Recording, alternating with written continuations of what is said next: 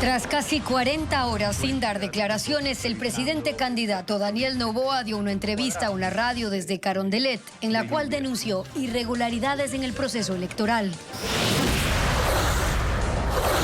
1.200 actas con inconsistencias deben ser revisadas en las delegaciones del CNE, lo que significa que cerca de 300.000 votos aún están en disputa. El Programa Mundial de Alimentos seguirá recibiendo aportes de los Estados Unidos y mantendrá los programas de nutrición en Ecuador que benefician a 1 millón de personas. Guayaquil soportó 14 horas de lluvia continua que causó caída de árboles, calles inundadas y carros dañados. Según el INAMI, las precipitaciones continuarán toda la semana. Un comité técnico intenta frenar el crecimiento de la plaga del moco que afecta principalmente a los cultivos de banano en El Oro, Guayas, Los Ríos. 2 aviones con 190 venezolanos deportados desde Estados Unidos aterrizaron en el Aeropuerto Internacional de Maiquetía, en Caracas. Entre ellos hay integrantes de la banda narcocriminal Tren de Aragua. 600 millones de dólares en pérdidas en instituciones públicas y privadas dejan los ataques cibernéticos en el país, según un informe del Banco Mundial.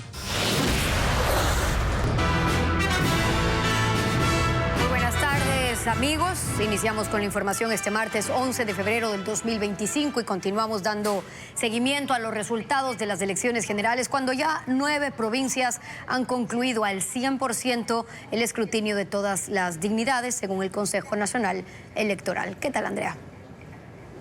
Buenas tardes, Steffi, amigos. Así es, y en medio de este proceso, el presidente Daniel Noboa dijo que hubo irregularidades e incluso denunció amenazas a votantes, mientras el Consejo Nacional Electoral aseguró que no se han reportado alertas ni novedades que afecten al proceso.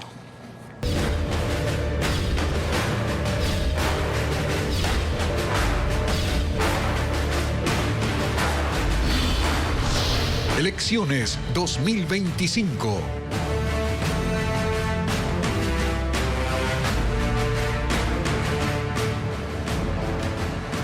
El presidente de la República, Daniel Noboa, vamos a revisar hasta el momento cuáles son los datos oficiales ya publicados por el Consejo Nacional Electoral hasta el momento, con el 96.87% de actas escrutadas. Estos son los datos a escala nacional.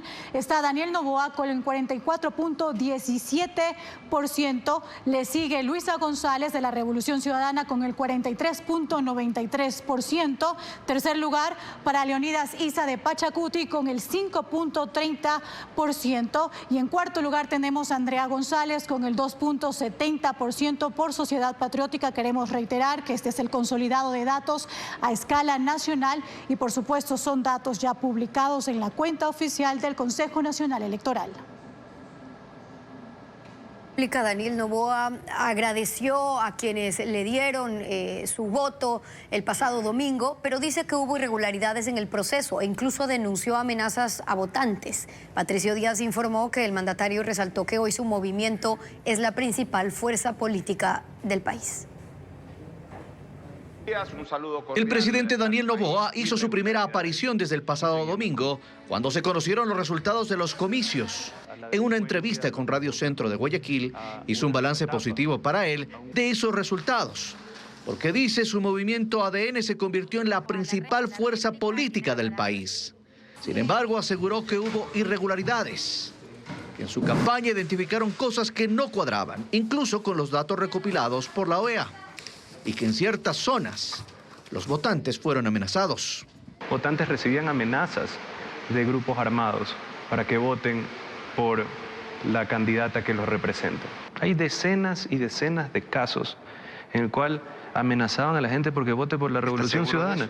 Tenemos la evidencia y eso ahí también hemos hecho impugnaciones, le hemos dado esta información a los observadores de la OEA, le hemos dado la información al CNE. Mirando hacia la segunda vuelta, el presidente se refirió a la votación de Leonidas Isa y a la posibilidad de captar sus votos. Él tiene, dijo, buena relación con los pueblos y nacionalidades y recalcó que ganó en las provincias con más presencia indígena. La gente lo que busca es el cambio y la gente busca es el futuro. Los jóvenes buscan ese futuro. Hay gente que los padres votaron por Isa, los hijos votaron por Daniel Noboa. Y no significa que nos vamos a enfocar en la sierra. El mandatario no aclaró si pedirá licencia para campaña. Y sobre la vicepresidenta Verónica Abad se refirió a su llamado para dialogar. Y hace 5 meses buscó mi institución con un abogado de narcotraficantes, Osvaldo Trujillo, que está preso ahorita, con una acusación que lo puede meter preso por 10 años. Entonces, la verdad que no le creo mucho.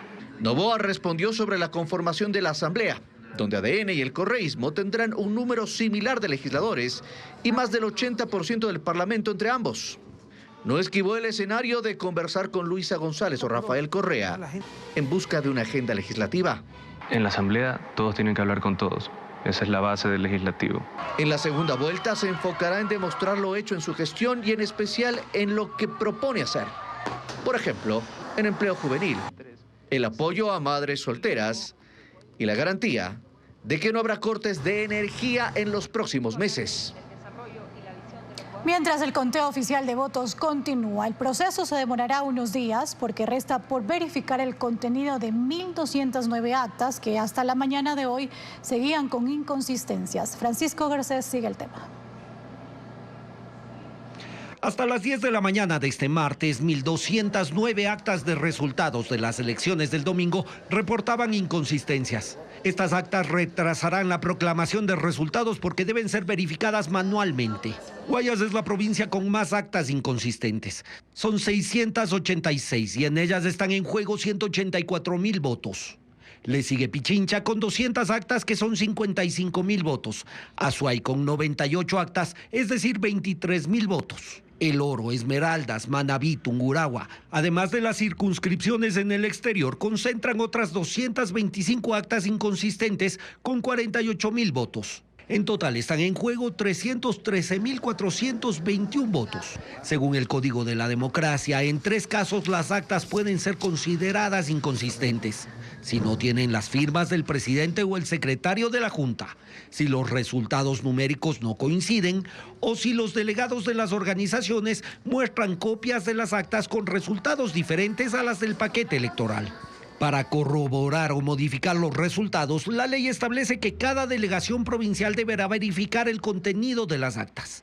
En las sesiones de escrutinios que están en marcha, se abren los paquetes electorales y extraen las demás copias de las actas. Si aún así se mantienen las inconsistencias, se contará voto a voto antes de oficializar los resultados. Cada delegación provincial tiene 10 días desde que iniciaron los escrutinios para concluir ese trabajo.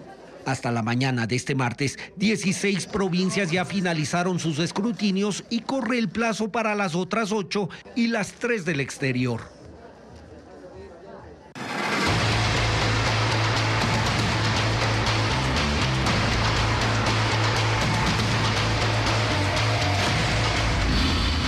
Clima y llegan las lluvias. La lluvia que cayó desde la tarde del lunes en Guayaquil fue la más larga que ha soportado la ciudad en lo que va del año. Duró hasta 14 horas. Árboles caídos, calles inundadas, otros estragos vivieron los habitantes de diferentes sectores. Según el INAMI, las lluvias seguirán durante la semana y hay probabilidad de tormentas eléctricas, como lo informa Luis Alfredo Zúñiga. Fueron 14 horas de lluvia las que soportó Guayaquil desde la tarde del lunes. Según el INAMI, fue la más larga en lo que va del año y causó estragos. La calle principal de Sauce 6 en el norte se convirtió en un río. Los moradores intentaban sacar sin éxito el agua con escobas. Los padres pusieron en sus hombros a sus hijos para llevarlos a las escuelas. El agua se metió en los locales y los carros intentaban avanzar sin quedarse atascados. En zapatillas y con la ropa del trabajo guardada en una mochila, Fernando Ruiz intentaba llegar a tiempo. Encuentras una tapa ahí, olvídate que te vas para abajo. Yo trabajo más temprano, pero recién puedo salir de mi casa. Está inundada la casa.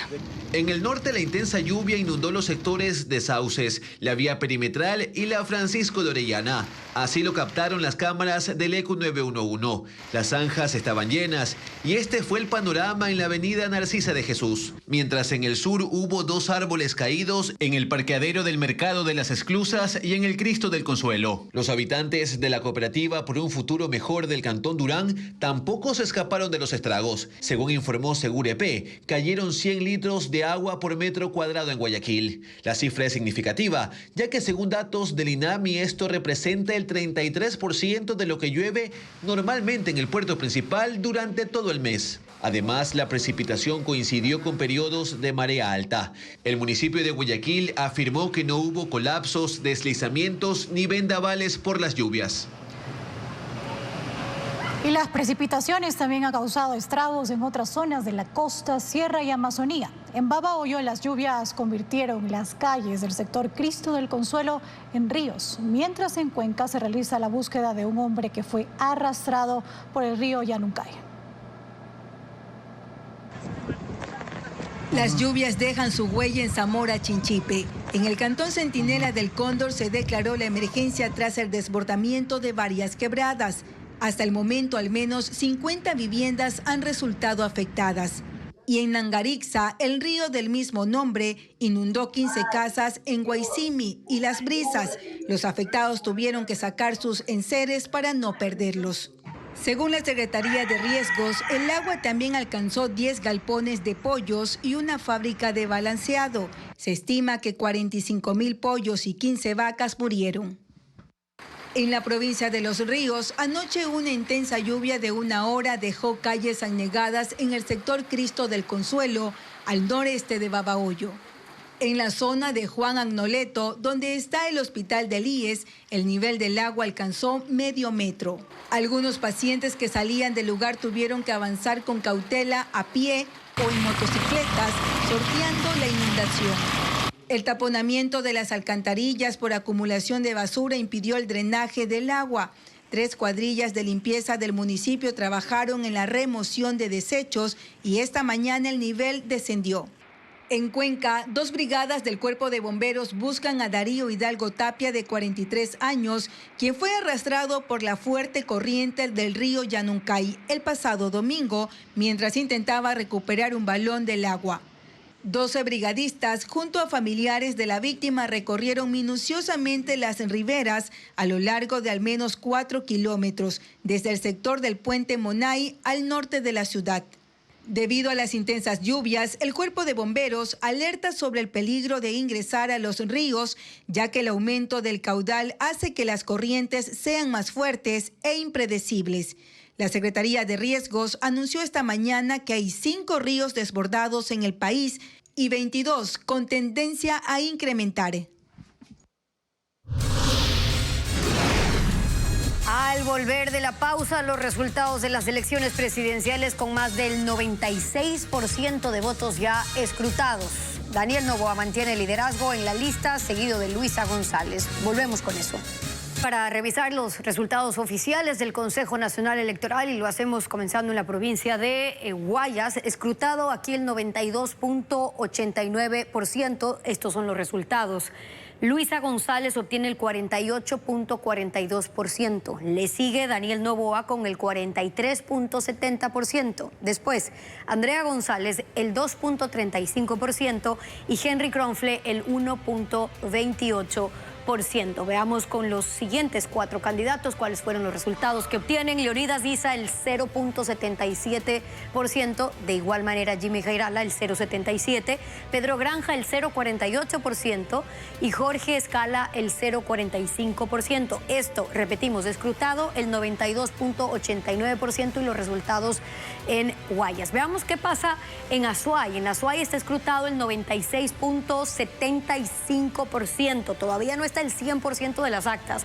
Daniel Noboa obtiene el 46.04%, Luisa González el 38.48%, Leonidas Diza el 6.62% y Andrea González el 4.91%. ¿Qué pasa con los otros 4 candidatos? Los vamos a ver ahora mismo en pantalla. Pedro Granja el 0.74%, Jorge Escala el 0.42%, Henry Kronfle 0.37%, Henry Cucalón 0.34%. Son datos de Azuay, escrutado el 96.75%.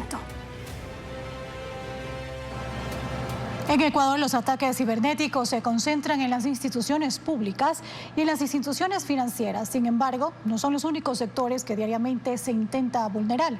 Según el Banco Mundial, las pérdidas que generan estos incidentes en el país pueden alcanzar los 600 millones de dólares anualmente. La rápida digitalización pospandemia en América Latina superó la capacidad de la región para fortalecer su ciberseguridad. Según el Banco Mundial, América Latina se convirtió en el campo de batalla cibernético más crítico del mundo.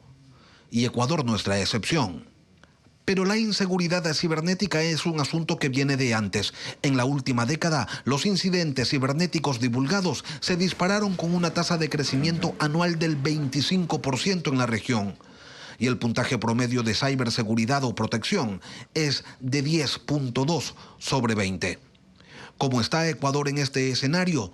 Si se mide el número de incidentes cibernéticos divulgados por cada millón de habitantes, Ecuador está al mismo nivel de Brasil, Argentina, México, Uruguay y Venezuela. No tan complicados como Chile y Bolivia, pero sin duda menos seguros que Colombia y Perú. El Banco Mundial destaca en su estudio la filtración de datos de agencias públicas de casi toda la población ecuatoriana en 2019 y el incidente cibernético que impidió a los ecuatorianos en el extranjero sufragar en las elecciones de 2023. Pero no son los únicos casos. De hecho, la distribución de los ataques cibernéticos en Ecuador es la siguiente. Contra la administración pública, un 33%. Contra servicios financieros y de seguros, 33%. A empresas de información, 13%, a servicios educativos, 7%, y contra otros sectores, 13%. Además, se señala que el 80% de los ataques tienen una motivación económica, el restante 20%, una intención política. El impacto económico, el costo de los ciberataques puede alcanzar, según el Banco Mundial, entre el 0.2 y el 0.5% del Producto Interno Bruto, porcentajes que en Ecuador representarían entre 240 y 600 millones de dólares en afectaciones o pérdidas anuales. El procurador del Banco del Pacífico fue el primer testigo de la Fiscalía en la audiencia del caso Purga. El funcionario declaró que Pablo Muentes entregó comprobantes de pago falsos de un crédito con el banco para luego obtener una millonaria indemnización. Lo informa Jacqueline Rodas. El procurador general del Banco del Pacífico, José Eduardo Cheng, fue el primer testigo de la Fiscalía en el juicio del caso Purga. El fiscal Wilson Toainga lo llamó para que declare en contra del exasambleísta Pablo Muentes, que según la acusación controlaba la Corte de Guayas, manipuló el sorteo de jueces y logró fallos a su favor para que el Banco del Pacífico le indemnice con 4 millones de dólares. El abogado de Muentes esperaba interrogar a Cheng para que confirme que supuestamente el banco negoció con la defensa de Mayra Salazar para que involucre a su cliente y mienta en su testimonio. Esto es un invento de Mayra Salazar. ¿Y el invento de dónde viene?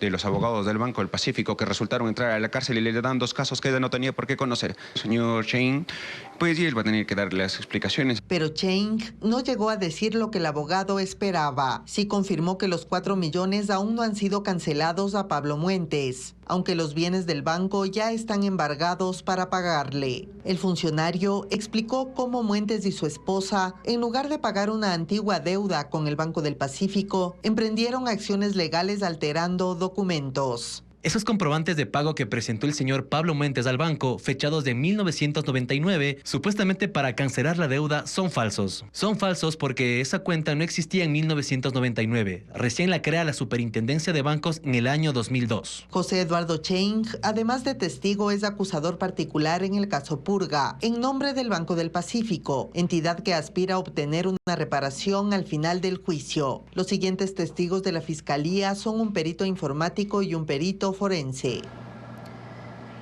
Sebastián Yunda, hijo del exalcalde de Quito, Jorge Yunda, es juzgado por asociación ilícita. La audiencia se instaló luego de 3 años, tras varios diferimientos. Fabiola Santana con la actualización del caso.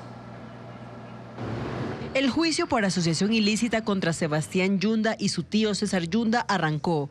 El hijo del exalcalde de Quito, Jorge Yunda, acudió a la audiencia en el Complejo Judicial Norte de Quito por su cuenta, pues él está libre gracias al pago de una caución de $20,000. La diligencia inició con la intervención de la fiscal Mónica Tirado, quien dijo al tribunal que probará que los Yunda se aprovecharon de las relaciones familiares y de amistad en el municipio de Quito para gestionar contratos relacionados a seguridad. De hecho, la empresa metropolitana de seguridad se presentó como acusador particular. La fiscalía anunció 116 testigos, entre ellos exprocesados sobreseídos en este caso, funcionarios de la UAFE, SRI, Contraloría y Policía Nacional. Sebastián Yunda anunció 28 testimonios, incluido el de su padre Jorge Yunda, y César Yunda anunció 3, incluido el suyo.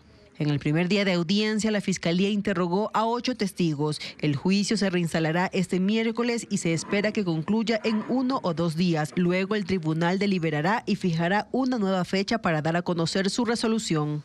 Los Yunda fueron llamados a juicio en febrero de 2022. La audiencia se instaló luego de 3 años tras varios diferimientos. Más adelante en Televistazo, 190 venezolanos fueron deportados de los Estados Unidos. Entre los retornados había miembros de la banda criminal del Tren de Aragua. Momento de revisar nuevamente los resultados hasta el momento que ya han sido escrutados por parte del Consejo Nacional Electoral. Y nos vamos al norte del país, la provincia de Carchi, con el 100% de actas escrutadas. Esto es sumamente importante. La delantera la tiene Daniel Noboa con el 49.41%, seguido por Luisa González de la Revolución Ciudadana, quien obtiene el 39.23%. Tercer lugar para Pachacuti con Leonidas Issa, el 4.31%, como podemos observar en la pantalla. Y cuarto lugar para Andrea González con el 3.46%. Queremos reiterar que en esta provincia se ha escrutado el 100% de las actas. Y del norte nos vamos al sur del país, a la provincia de Loja. ¿Qué pasa en Loja?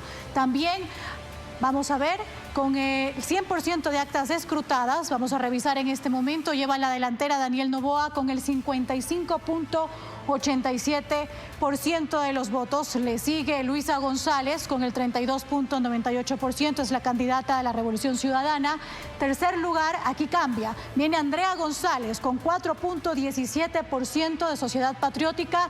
Y cuarto lugar, Leonidas Issa de Pachacutic con el 3.77%. Hay que reiterar que estos son datos oficiales que el Consejo Nacional Electoral ya ha dado a conocer. Y por supuesto, esta provincia, que es de Loja, tiene el 100% de actas escrutadas. El 65% de los empadronados para sufragar en el exterior no se presentó. Pese al alto ausentismo, Daniel Noboa lideró los votos sobre Luisa González. En anteriores elecciones, el correísmo tenía gran respaldo en esas zonas. Los detalles a continuación. El CNE ha contabilizado el 75% de los votos del exterior. Daniel Noboa gana hasta el momento en las 3 circunscripciones con un promedio de 55% y Luisa González ocupa el segundo lugar con 34%. En anteriores elecciones, el correísmo tenía respaldo en el extranjero, pero lo fue perdiendo. En 2021, Andrés Arauz ganó en Europa, Asia, Oceanía, Estados Unidos y Canadá. Guillermo Lasso triunfó solo en una circunscripción, Latinoamérica, el Caribe y África. Sin embargo, en 2023, Daniel Noboa ganó en Latinoamérica, el Caribe, África, Canadá y Estados Unidos, y el correísmo solo en Europa, Asia y Oceanía. En estas elecciones, hasta el momento, el correísmo no gana en ninguna zona. Los ecuatorianos que votaron en los 39 países habilitados también eligieron asambleístas por el exterior. Según cifras oficiales, hasta el momento, el partido oficialista ADN obtiene 3 puestos y la alianza entre Revolución Ciudadana y Reto los otros 3 puestos en disputa. El Consejo Nacional Electoral informó que el 9 de febrero hubo alto nivel de ausentismo entre los ecuatorianos en el exterior. Según los datos oficiales, el 65% de los empadronados no acudieron a las urnas. En Estados Unidos, de los 127,000 electores, 95,000 no votaron, pese a que en 2023 la cifra de ausentes fue mayor, con 99,000 ecuatorianos. Al parecer, el miedo a las redadas de inmigrantes no afectó a la participación. El voto de los ecuatorianos en el extranjero no es obligatorio. Y en Quito avanza el reconteo de votos de las actas con inconsistencias. Aún hay decenas de cajas llenas de votos por procesar, pese a que el avance ya supera el 96%. A continuación, los detalles de cómo sigue la jornada en el Centro de Procesamiento Electoral. 44 horas después del cierre de las urnas, el recuento de votos continúa en el Centro de Procesamiento Electoral de Pichincha, en el Parque Bicentenario. Cuando un miembro de mesa tiene una duda, levanta la mano y un coordinador lo asiste para que el acta pase a revisión de los vocales, que son quienes las validan. Luego van al centro de digitalización. Sus datos se suben en el sistema del CNE y finalmente se almacenan en archivo. El avance de actas válidas es del 96% y en la bodega electoral quedan unas 200 cajas por procesar de las 4 papeletas. En el interior del recinto, 260 personas en 130 mesas recuentan los votos de las actas inválidas, y lo son por 3 causas principalmente. Hay errores numéricos cuando no coincide el número de votos con la cantidad de personas que votaron. Los miembros de la Junta no firmaron el acta, o las actas tienen tachones, están rotas, mal marcadas o con números borrosos. Estas anomalías pueden ser sujetos de reclamo por parte de los veedores políticos. En este centro lo ha hecho el partido oficialista ADN. La reclamación puede que ya se esté subsanando en este momento por parte del equipo de escrutinio. Los miembros de las mesas reanudaron su trabajo hoy a las 9, tras haber trabajado hasta la madrugada. Calculan que terminen hoy en la noche, aunque el Código de la Democracia establece un plazo de 10 días para completar el escrutinio.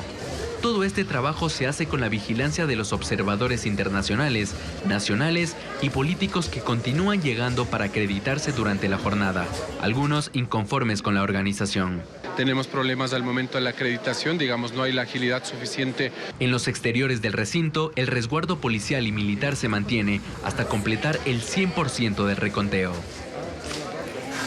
2 vuelos con 190 venezolanos deportados desde Estados Unidos llegaron al Aeropuerto Internacional de Maiquetía. Es el primer vuelo que el régimen de Maduro acepta tras la ruptura de relaciones entre ambos países. Maduro también pide a Estados Unidos que levante las sanciones contra sus funcionarios y entidades. 2 aeronaves de la aerolínea estatal venezolana Conviasa, con 190 deportados, volaron desde Fort Bliss, Texas, hasta el aeropuerto Simón Bolívar, en Maiquetía. Según las autoridades de Estados Unidos, en este grupo había miembros del Tren de Aragua. Llevaban esposas que les quitaron antes de bajar del avión, y en la pista los esperaba un corredor con policías, militares y autoridades de gobierno. El retorno de este grupo de venezolanos fue acordado el 31 de enero en una reunión entre Maduro y Richard Grenell, enviado especial del presidente Donald Trump. Una novedad porque Maduro se negaba a aceptar ciudadanos deportados desde la ruptura de relaciones entre los dos países, ocurrida en 2019, durante el primer mandato de Trump. Tras la recepción de los repatriados, Nicolás Maduro envió un mensaje al gobierno de Estados Unidos. Levanten todas las sanciones y nosotros en Venezuela garantizamos absolutamente, como siempre fue, que ni un migrante saldrá otra vez en nuestro país y que todos los que quedan afuera regresarán a trabajar, a construir y a hacer próspera Venezuela. Pero la grave crisis migratoria que Venezuela enfrentó tiene detrás mucho más que las sanciones de Estados Unidos. Según cifras de ACNUR, más de 7 millones de venezolanos abandonaron su país en la última década, huyendo de la crisis y buscando una vida mejor. El 85% está en América Latina y el Caribe, pero muchos también se dirigieron a Estados Unidos. Durante el gobierno de Joe Biden, inicialmente hubo intentos de acercamiento con Maduro, pero en 2024 se impuso sanciones a 21 funcionarios venezolanos por el fraude cometido en las elecciones presidenciales del 28 de julio contra el líder de la oposición, Edmundo González. Un tribunal federal de Estados Unidos impidió que se trasladara a 3 inmigrantes venezolanos detenidos en Nuevo México a la base naval de Guantánamo en Cuba. Los 3 migrantes se enteraron de que otros 10 venezolanos fueron enviados a ese lugar tras ser acusados de ser miembros de la banda criminal Tren de Aragua. Los abogados de migración acudieron a la corte y señalaron ante el magistrado que a los 3 se los había acusado falsamente de ser parte del grupo delincuencial y aseguran que llegaron al país huyendo del chavismo para pedir asilo. Hamás anunció que retrasará indefinidamente la liberación de rehenes en la Franja de Gaza porque Israel está violando el acuerdo de cese al fuego, específicamente en asuntos de ayuda humanitaria, mientras Israel analiza su respuesta. El presidente Donald Trump propone un plazo para que entreguen a los rehenes o se desate el infierno en Gaza. Una crisis se ha desatado entre Hamás e Israel, poniendo en peligro tanto a la tregua como a la liberación de los rehenes. El intercambio que estaba previsto para este sábado quedó suspendido por Hamás, hasta nuevo aviso, en protesta por supuestas violaciones al acuerdo por parte de Israel. Hamás asegura que el ejército israelí sigue atacando diversos puntos de la Franja de Gaza y han estado hostigando a los desplazados que transitan del sur hacia el norte del territorio.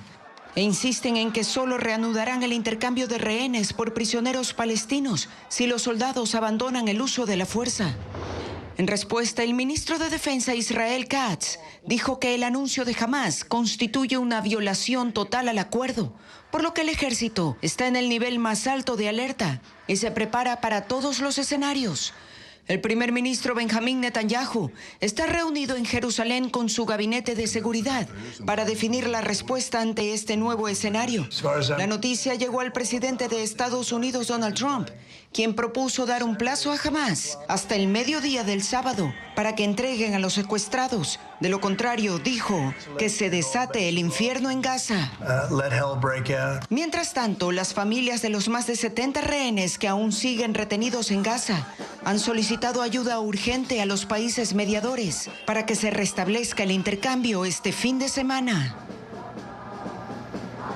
Finaliza hoy en Francia la cumbre internacional de 2 días sobre inteligencia artificial en París, que ha reunido a cerca de 100 países y más de 1000 asistentes entre gobernantes, responsables de organizaciones internacionales, científicos y académicos, ejecutivos de grandes tecnologías como Google, OpenAI y DeepSeek. Presidida por el mandatario francés Emmanuel Macron y el primer ministro indio Narendra Modi, la cita tiene previsto anunciar un mecanismo internacional para asegurar que los estándares de la inteligencia artificial sean uniformes a escala global para tratar de asegurar que esta...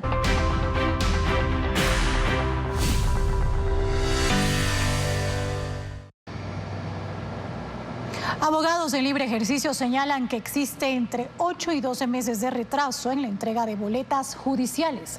En Ecuador hay un déficit de citadores y eso retrasa estos procesos, como lo informa Diego Puente. La imposición de una pensión alimenticia para su hijo, la obligación de pagar una deuda, la demanda de un trabajador a su empresa dependen, en gran medida, de la entrega de citaciones judiciales. Pero este servicio presenta problemas en el país. Según el Consejo de la Judicatura, hay déficit de citadores y según abogados particulares, hay corrupción y retrasos en la entrega de boletas.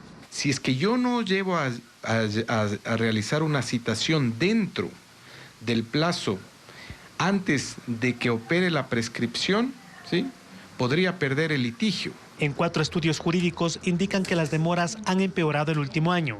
Entre el 50 y 60% de los procesos que patrocinan tienen retrasos porque no hay citadores o las diligencias fracasaron. En algunos procesos la tardanza en notificar es de entre 6 meses y 1 año, pero en el Consejo de la Judicatura indican que el promedio de entrega es de 19 días. Según esa institución, en el país hay 151 citadores, pero el déficit es de 137. Para cubrirlo, se han llenado los puestos con ayudantes judiciales, gestores de archivo, secretarios y técnicos de ventanilla.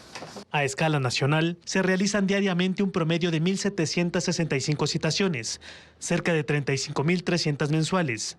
Muchas terminan como no realizadas porque la dirección del demandado es incorrecta o se niega a recibirla mediante engaños, amenazas e incluso intimidaciones. También hay denuncias de corrupción. En redes sociales circula esta conversación de afiliados del Colegio de Abogados de Pichincha, en la que uno de sus miembros ofrece un contacto privado para gestionar con rapidez las notificaciones y tiene el apoyo de sus colegas. Otros denunciaron este comportamiento. También hay señalamientos por la entrega de dinero y de licores a los notificadores para agilitar las boletas. El Programa Mundial de Alimentos de Naciones Unidas anunció la anulación de la suspensión provisional que pesaba sobre la compra de comida bajo USAID. Ecuador recibe una contribución importante de este proyecto de la ONU que desde 2021 beneficia a más de 1 millón de personas. Carla Delgado tiene más información. Estados Unidos seguirá contribuyendo con el Programa Mundial de Alimentos de Naciones Unidas. Hace 3 semanas había anunciado que suspendía provisionalmente la compra de comida que venía haciendo la Agencia Estadounidense de Ayuda al Desarrollo, USAID, porque según la nueva administración Trump, representaba un despilfarro. El Programa Mundial de Alimentos realiza una contribución importante en Ecuador. Desde 2021 ha beneficiado a más de 1 millón de personas, con una inversión de 150 millones de dólares. El año pasado sumó un programa de alimentación escolar con el Ministerio de Educación que llega a 35,000 niños. Hemos invertido $250,000 para comprar cocinas, platos y tenedores, todo lo que sirve para cocinar. El ministerio pone $2.5 millones. El trabajo del PMA es comprar estos alimentos, preparar estos alimentos con la contribución voluntaria de los padres de familia y darle una comida sana y saludable todos los días, un almuerzo, llamámoslo así, es un almuerzo de todos los días. El programa está activo en 14 instituciones de 6 provincias, con énfasis en Cayambe, Pedro Moncayo, Manta, Santa Elena, Alausí. El proyecto incluye la participación de madres y padres de familia, desde la preparación de los alimentos de productores locales y prioriza el consumo de comida saludable de cada región. Sí, ahí atrás hay un trabajo de nutrición con nuestras nutricionistas. Tenemos 30 menús y los padres de familia con el personal de las escuelas pueden escoger estos menús. Tenemos una app en un teléfono donde los padres con los profesores piden la comida, eligen los menús y automáticamente le está dando las cantidades que hay que comprar por el número de niños que están atendiendo en la escuela. Perrone asegura que la contribución de Estados Unidos está garantizada. Bueno, la relación es muy positiva, es una relación que dura desde ya más de 60 años. Saben que el Programa Mundial de Alimentos es muy eficiente, muy efectivo y que cada dólar que ellos invierten, el 91.5% llega a los beneficiarios. El restante son costos administrativos, de staff, de logística. Según él, el plan escolar se ampliará